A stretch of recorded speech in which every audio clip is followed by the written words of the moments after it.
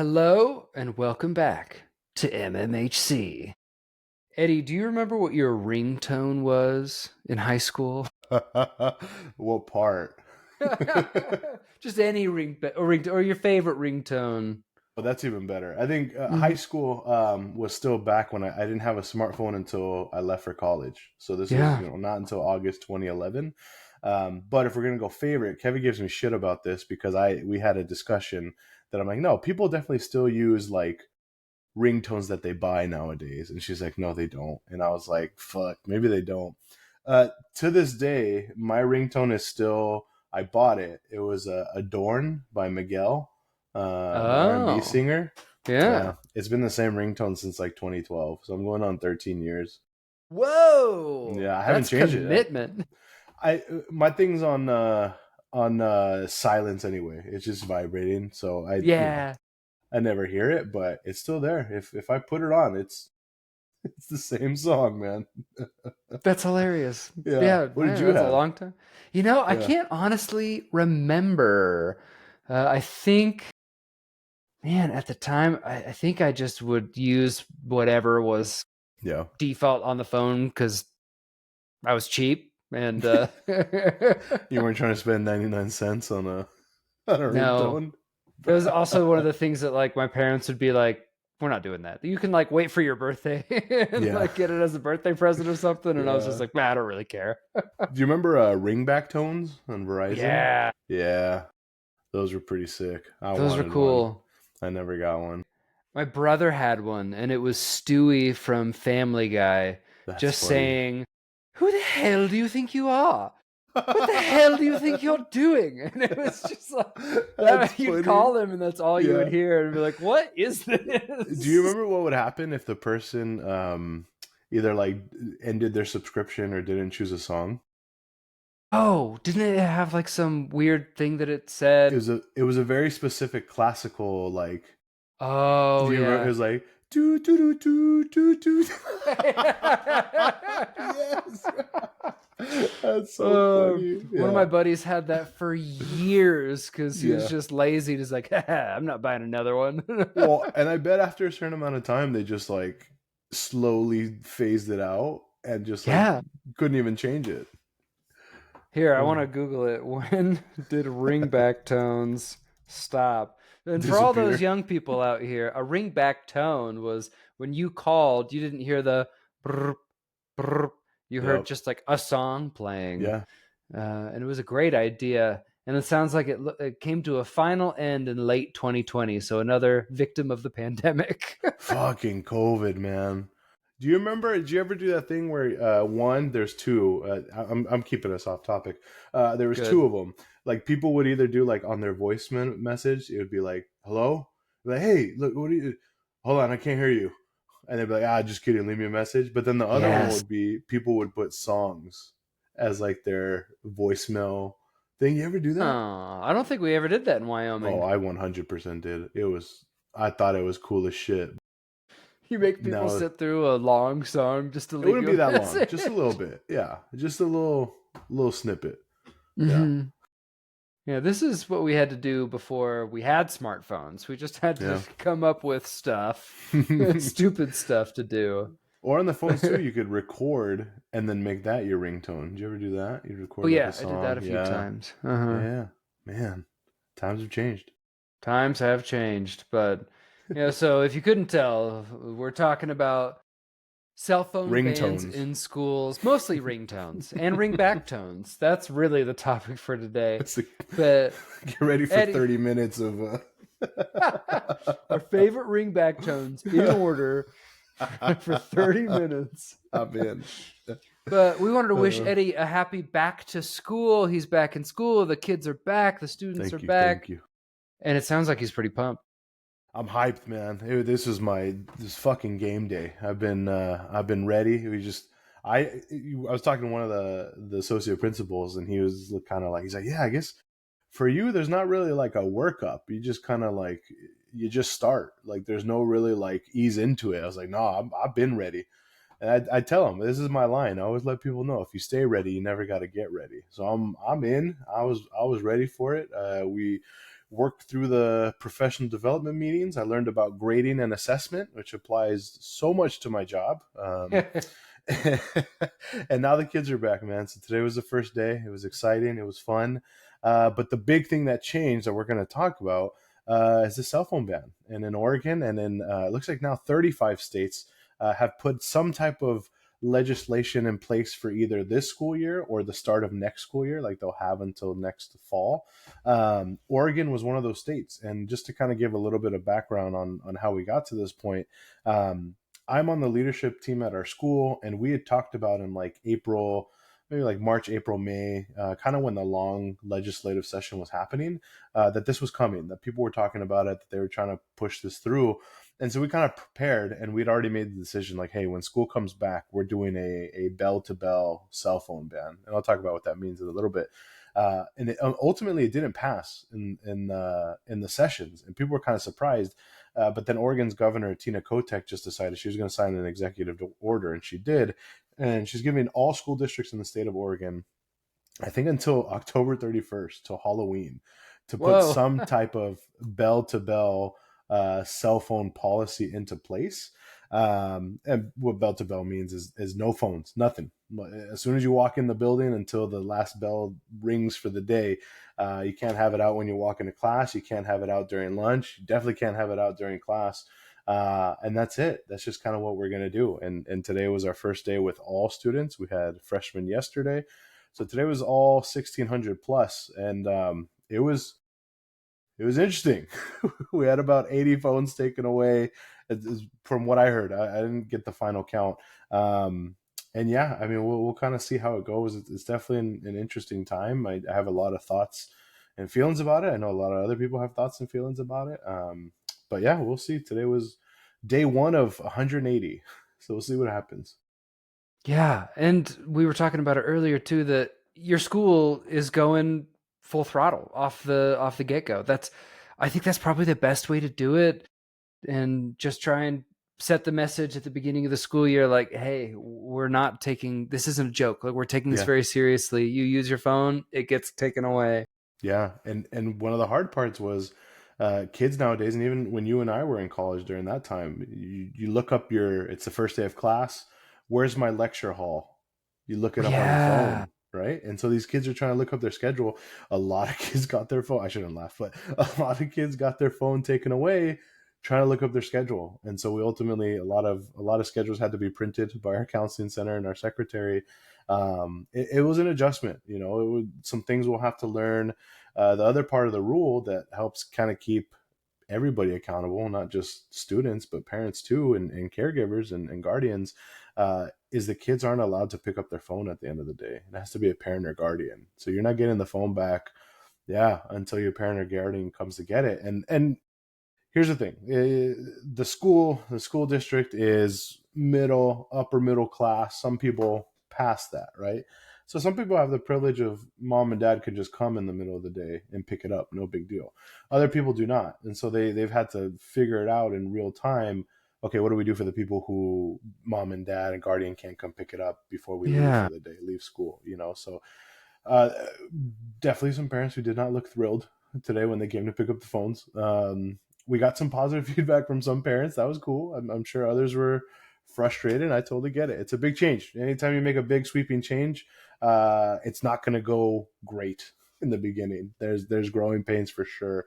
But yeah, I mean, I appreciate our district and our staff and our admin of like, yeah, we're not even doing like an onboarding period. It's just day one. We've communicated enough. This is what the rule is.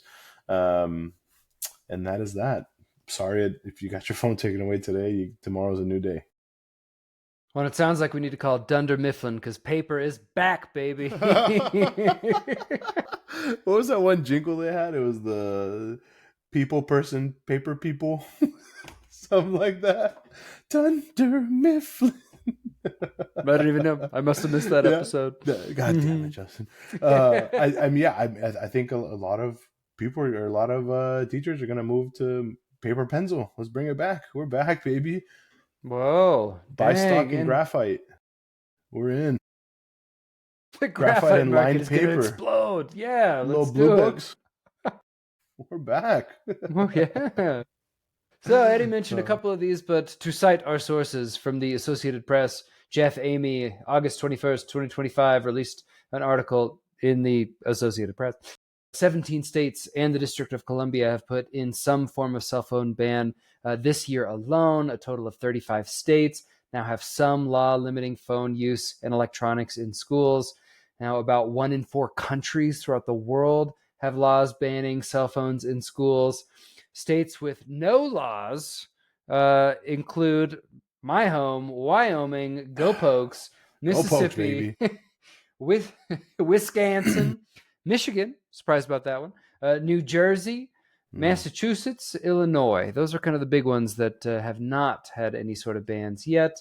But it's cool that this does appear to be a bipartisan effort, and both sides of the aisle appear to be getting behind this. In a world where we can't agree on about much of anything these days, we can agree that phones in school seem like a bad idea. So hey, yeah. hope for us. Yeah. Actually, this brings up something I wanted to talk about and address real quick, and I don't want to. I think it's just important we talk about it. I think anytime the cell phone ban idea has come up, you hear a lot of reasons why we shouldn't, and one of the Mm-hmm. reasons that gets brought up a lot, which I think is fair to think about, is what happens in the case of a school shooting. And unfortunately, like Yeah. that's like a real thing that happens, and that we think about, and so many thoughts and feelings related to that. I think what's really hard is that both issues, there's some overlap, but they're also separate, right? Like I think research has shown that like in the event of a school shooting, like cell phone calls out and text messages, those lines get locked up, and it's really hard to communicate, and at times can even impact law enforcement and helps ability to get in contact with people in the space. And I think I people with the argument of like, well, it's a child's last opportunity to say bye, and I can understand all of that. And I think what's really hard is that we've just gotten to a point where like the two arguments are going against each other when they're just kind of there's some overlap, but they both can be true and separate. There should be no reason why there's school shootings, and unfortunately there was one today, August 27th, I Oh believe, in yeah. Minneapolis this morning at a Catholic school. And it's like none of that should be happening, right? None of that should be going Yeah. on, and that's where we're at right now in our country, and it's real shitty. And I think it's hard because a cell phone ban and trying to kind of take back and give kids an opportunity to think and learn and have an attention span again, and adults too. I've barely had my phone the last week. It's been pretty good. It's definitely Nice. been a challenge, but it's been good. Um, we're trying to give everyone an opportunity to earn or to learn that back, but and also that's a real fear that people have. And so I understand all of it. I just think it's important to mention it. Like, unfortunately, this happened fucking today, this morning. School Yeah. just got back in session for a lot of places, and um, it shouldn't be a reality in our country. It is, and it really fucking sucks. But I just at least want to point out that while we're talking about this today, it's not to say that like this is the best thing ever and it needs to happen, and like we're not trying to disregard the arguments of like what about in the event of an emergency, right? And I think very real concerns. Um, that is that. I will kind of clap my hands like the end of a movie filming, and we'll move to the next point. And cut. Thank you. Yeah. In terms of how schools are doing this, it depends on the state, right? It depends on the district. Some districts are just deciding to do it on their own. The main things we have are like the magnetic pouch, the Yonder pouches, buy stock in Yonder pouch, I guess, where they kind of put them in, and it's very strong magnet. You can't open it. Some people have like a special locker, a place for students to put it. Some teachers will have them put them up in like a little caddy at the front of their classroom. Some schools are going with like an off and away policy. So as long as it's out of sight and is not being used, then that's totally fine. Um, Kevin showed me or shared with me, I'm going to butcher it. It's either an article or a podcast episode where basically they talked about how even just a phone being on your desk is a big distraction in itself. And even if you're Yeah. not using it, just it being there. So it's essentially we're trying to put as much barrier in between a student and their phone or a person and their phone as possible. So that's what a lot of places are doing. The hard part, though, if you look at it, magnetic pouches, very expensive. Like they can run a pretty huge bill for school districts, and in a time where school districts might be hurting for money, they might not have access to that. So districts are trying to get a little creative with how they do it. That makes sense. But you heard it here, man. Eddie is bullish on Yonder Pouch, so go Mm-hmm, buy, mm-hmm. buy, buy. Uh, Location, location, location. Yeah, it's a good point that it seems like everyone's doing their own different thing because this hasn't really been researched. This hasn't really been studied to show this is going to be the best way to prevent kids from using their phones in school.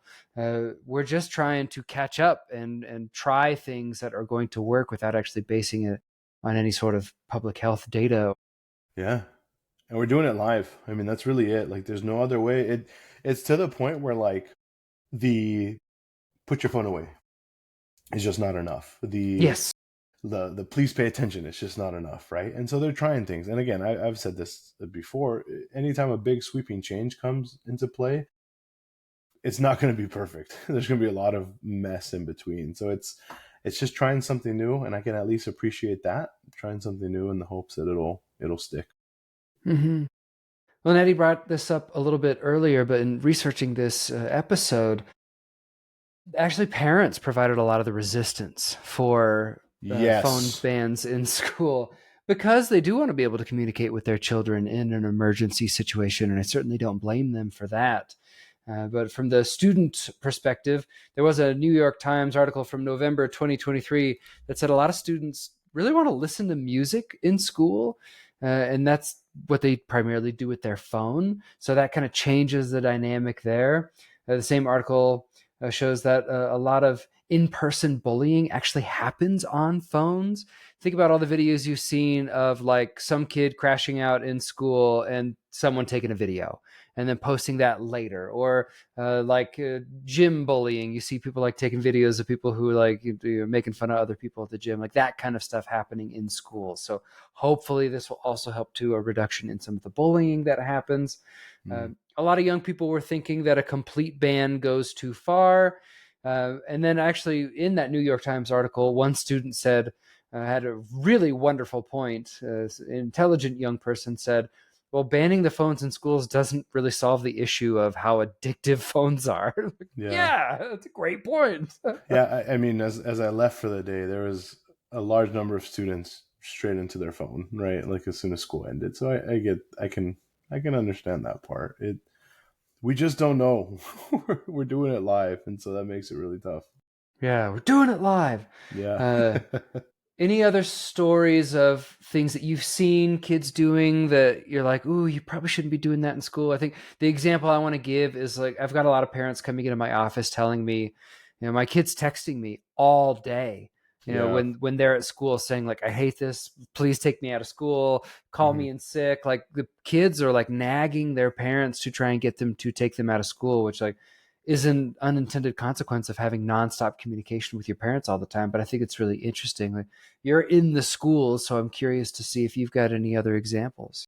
Yeah, that one for sure. I think a lot of parents are used to the kid right away. Something goes wrong, like I need to go home. And that could be good or bad, right? It could be if a parent is able to like, hey, you'll be okay, it'll be fine. Okay, cool, I'm fine.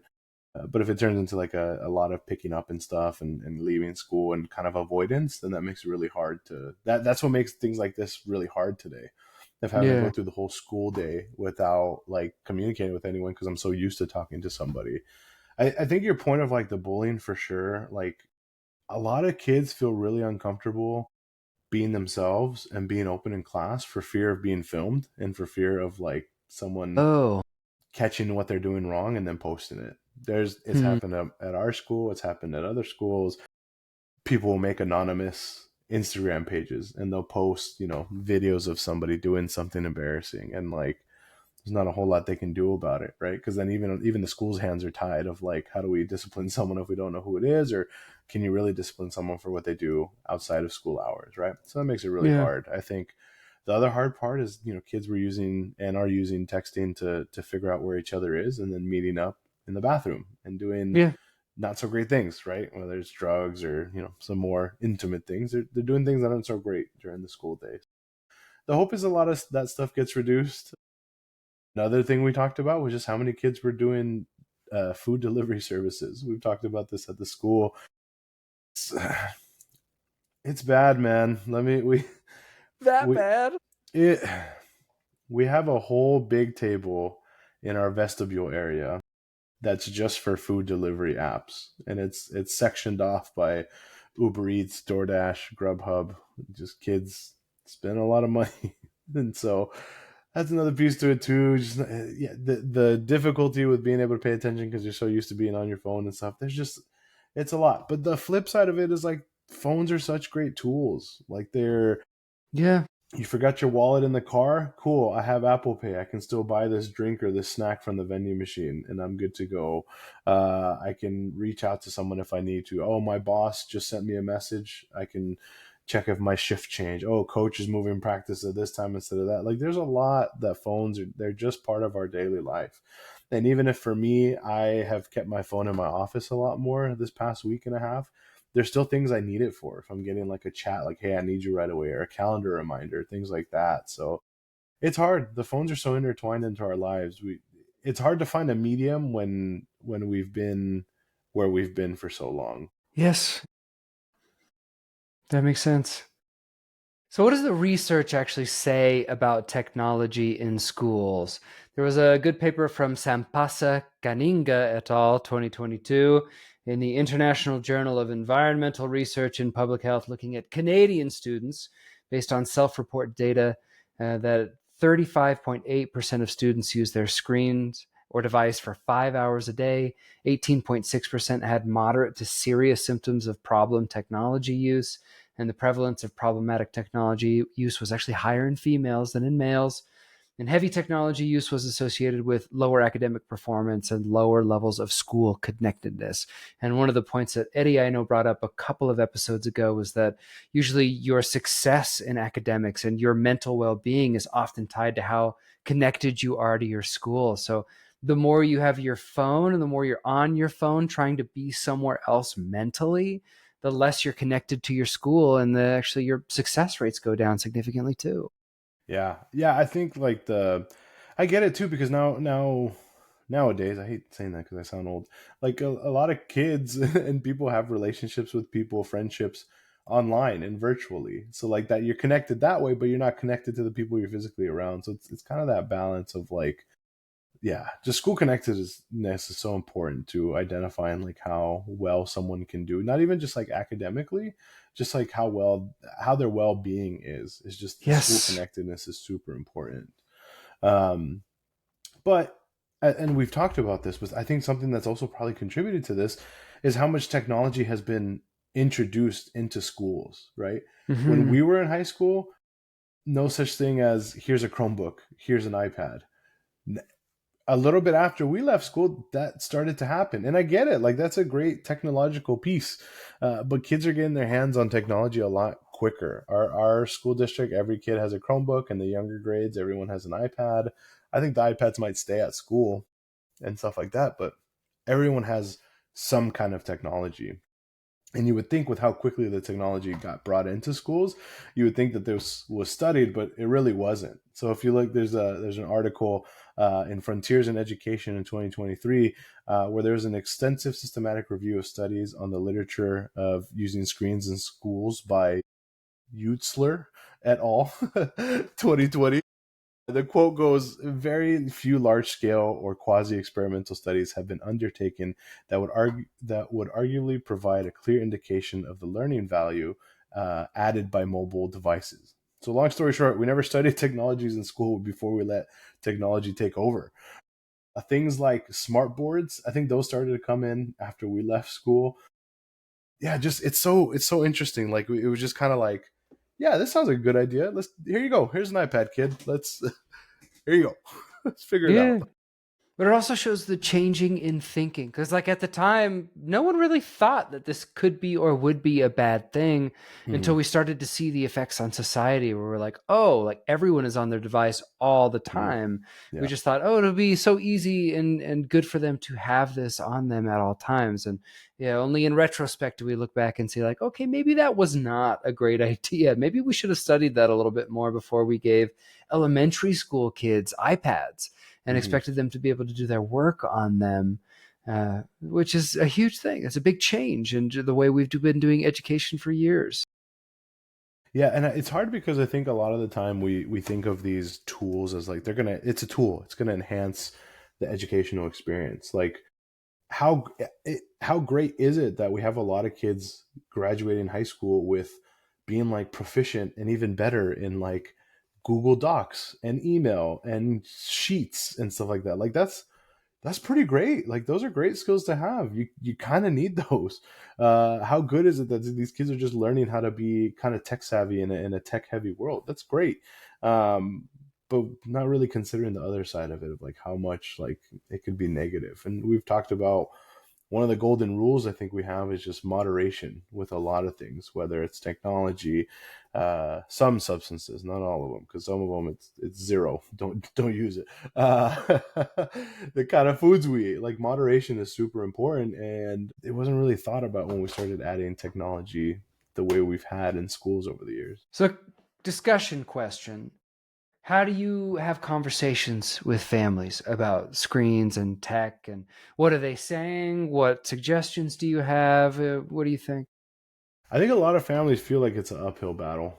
Hmm. It's really tough, right? Like how do you go from the laxed rules around it to now we're going to have rules? And I think kind of we're doing that live now in our school. We are doing it live in our school with like, hey, now put it away or it's gone kind of thing. And Yeah. I think ultimately the best time to have started some kind of rule or rigor around things like technology use was in the past when it first started, but arguably the next best time is right now, and just kind of ripping the band-aid off and starting it, right? Whether it's screen time limits, whether it's turning off the internet, the wi-fi in the house, whether it's having your kid put up their phone in your bedroom before you go to sleep and them sleeping in their other bedroom and keeping it away from them.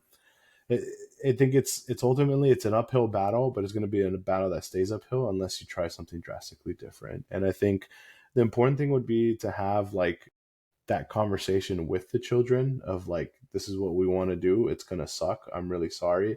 And I think it's something that's helpful, and something that could help is doing it with them. For us, Yes. I've really tried to buy in with the school. I'm leaving my phone in my desk. I'm bringing it with me, but I'm not taking it out. I was out in the hall all day today for the most part, and there was a couple times, oh, I'm gonna grab my phone, oh, and I stopped. I just left it in my pocket. Didn't grab it out once in front of students. In my office was a different story, but in front of students, no phone use. So trying to buy in, trying to share some responsibility in it, I think is really important. But yeah, it's the conversation with parents. I think ultimately it's an uphill battle, but unless we try something now, it's going to stay that way. For sure.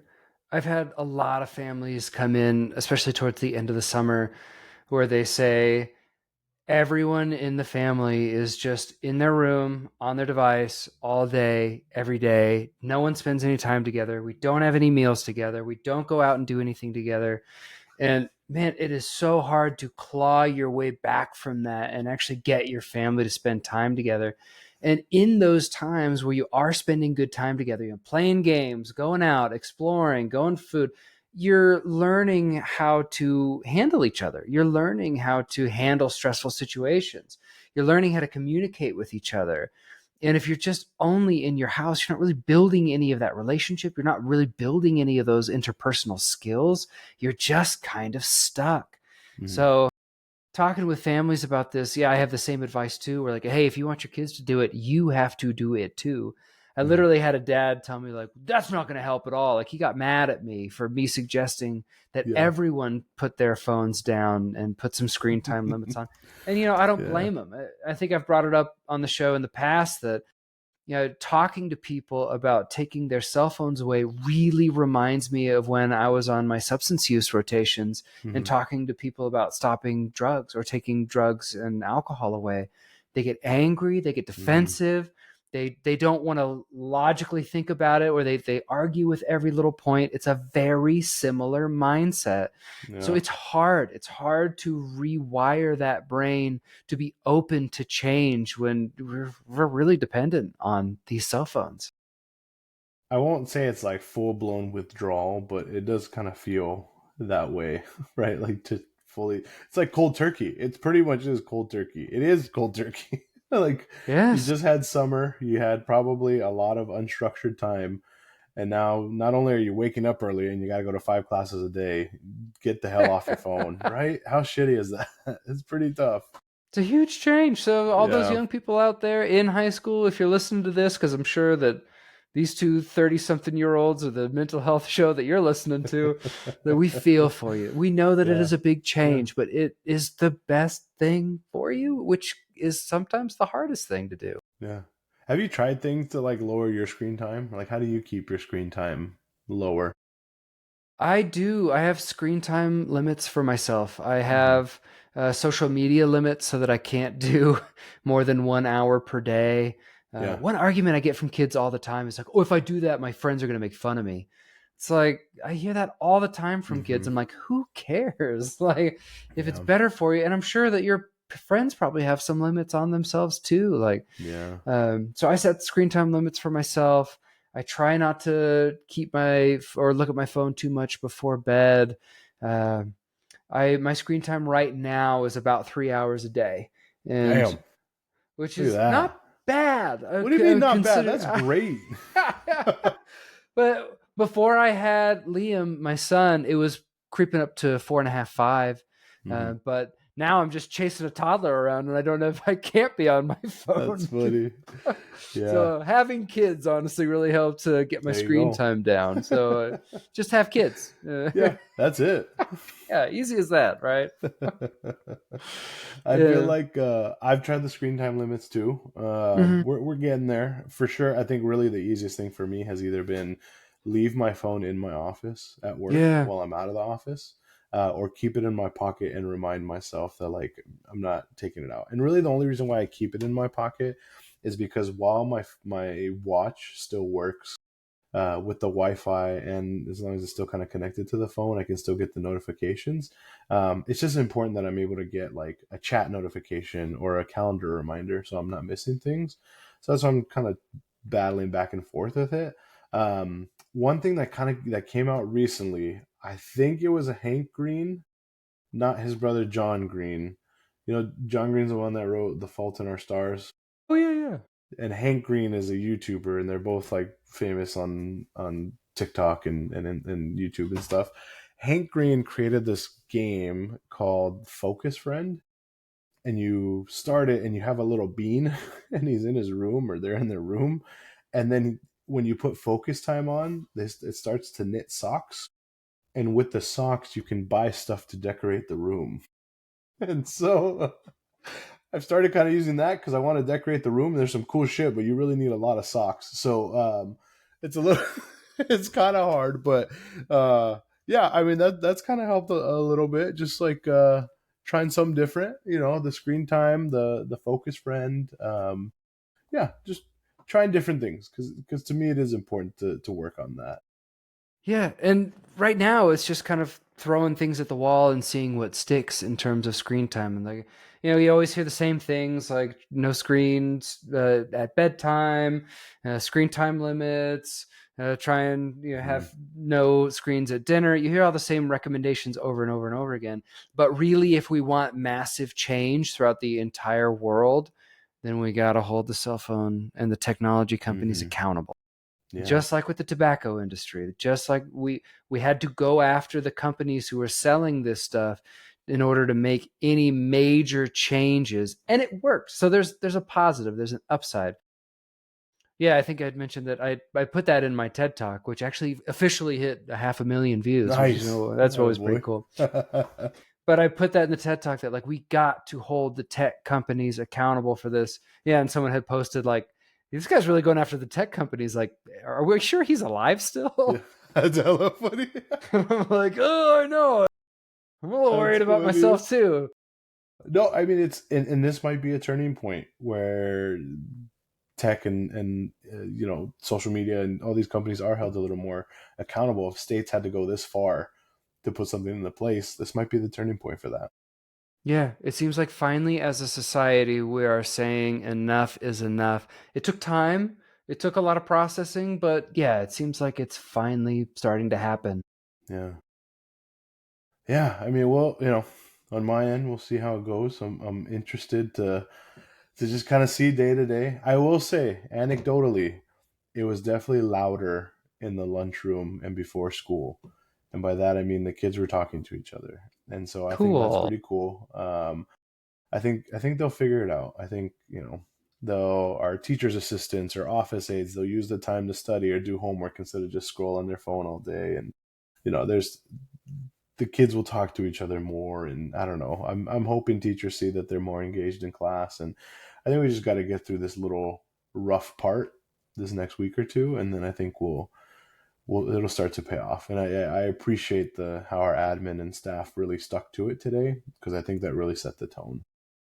Cool. I like it. I hope it goes Yeah. well. Yeah, and keep us Yeah. posted too. I'm curious. Well, I'll let you know. Don't worry. Good. Well, play Feel us good out, about my that? friend. Let's Yeah, do let's it. do it. Thank you all for listening. Thank you all for keeping your phone in your pocket while you listen to this episode. You can feel free to take it out now. Go to Apple Podcasts, go to Spotify, wherever you get your podcasts. Like, subscribe, give us a 5-star review, leave us a comment, whatever you'd like. You can see us on social media at Millennial MHC and millennialmhc.com. Thank you all for listening. Put some screen time limits, put your phone away, and remember, take care of y'all mentals.